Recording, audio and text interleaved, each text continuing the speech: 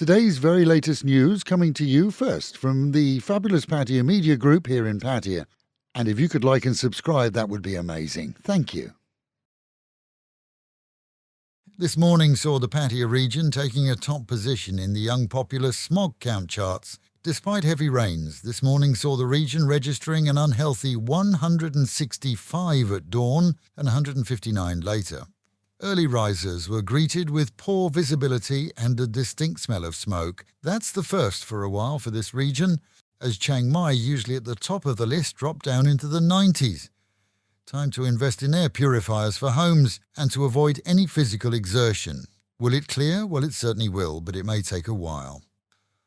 On the orders of the Prime Minister, according to Thai media releases, both Thailand's police chief and his deputy are to step back from their current duties for a period of 2 months in order that there be no perceived interference into ongoing investigations into a massive online gambling operation which saw both, at various times, alleged by others to have benefited.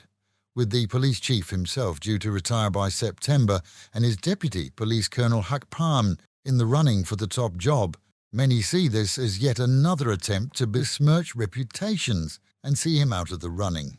Hakpan, often referred to as Big Jock or Joke, has been a popular face in policing here in recent years, heading up many of the major investigations that have seen crime syndicate operations severely affected.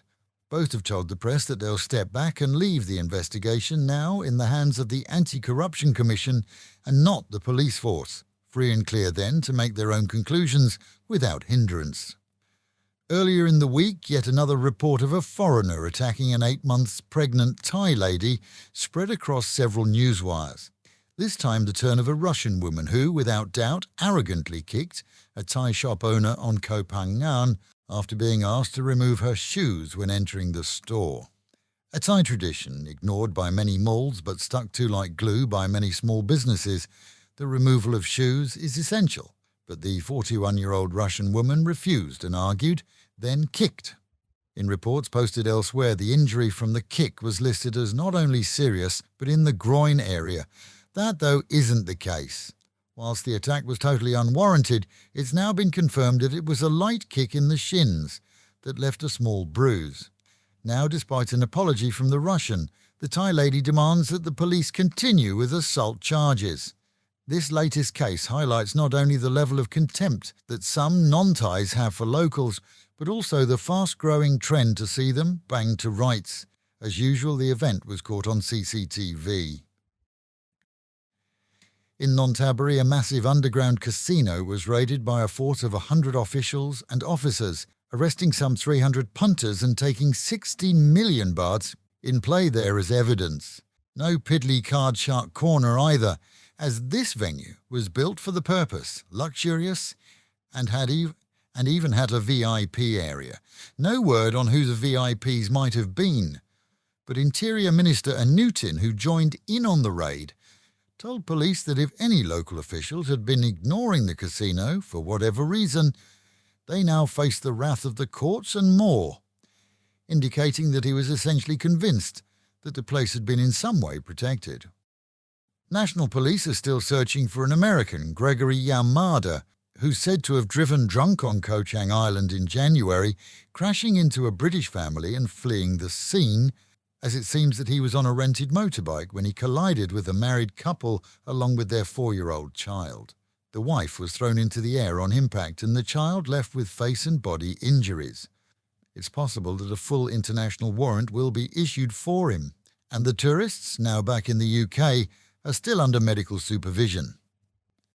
And in Kanchanaburi, where 7 years ago a local teacher claimed that the winning lottery tickets presented for payment by a local policeman belonged to him, the case has finally been concluded following numerous hearings over the years. The teacher claimed that he was the rightful owner of the tickets and had lost them prior to the draw, but somehow recognised his numbers. Just under 30 million baht was paid out at the time, and this week saw the teacher paid too, by the highest courts, who handed down a 3-year sentence reduced to 2. Meanwhile, at home and in the Pattaya region, it was our turn to see significant storms and flooding yesterday, with many areas under water and the usual flood areas on the main roads closed to traffic. The storms certainly caused delays for drivers and damage to some properties. And the warning's out that the storm front remains over Thailand, and it's best to prepare for further drenching. The Royal Thai Navy has transferred the commander of HTMS Chonburi to an inactive position after his vessel erroneously fired a live round whilst in Sattahip port, damaging another vessel. 14 were injured this month in the incident, which made national headlines. All, we're told, have been compensated. And in Rayong, fishermen there caught a valuable, if illegal, haul in their nets, a black bag floating in the ocean. It was found to contain 45 pounds of drugs, which were probably dumped there for others to collect. With others having similar packaging found recently, a full investigation there is underway. And it's bad news for those who enjoy traditional English fare, as the supply of catering-sized cans of beans has dried up in most cases here, leaving eateries serving traditional fry-ups minus the orange globules. Siam Expat Store tell us that the household-sized cans are back on the shelves, which is good news for homes. But for catering-sized cans, that's not the case. This calamity, or at least minor inconvenience, is the result of shipping delays. And with the Met Office promising highs today of around 30 degrees, dropping down to 25, an overcast day, as you can see, with smog and a good chance of rain at any time. Local and national news today from Fabulous 103 FM and Fabulous Pattaya Media Group. And to get a notification every time we release another bulletin or program, like and subscribe to our channel, Fabulous Pattaya Media Group, by using the link below.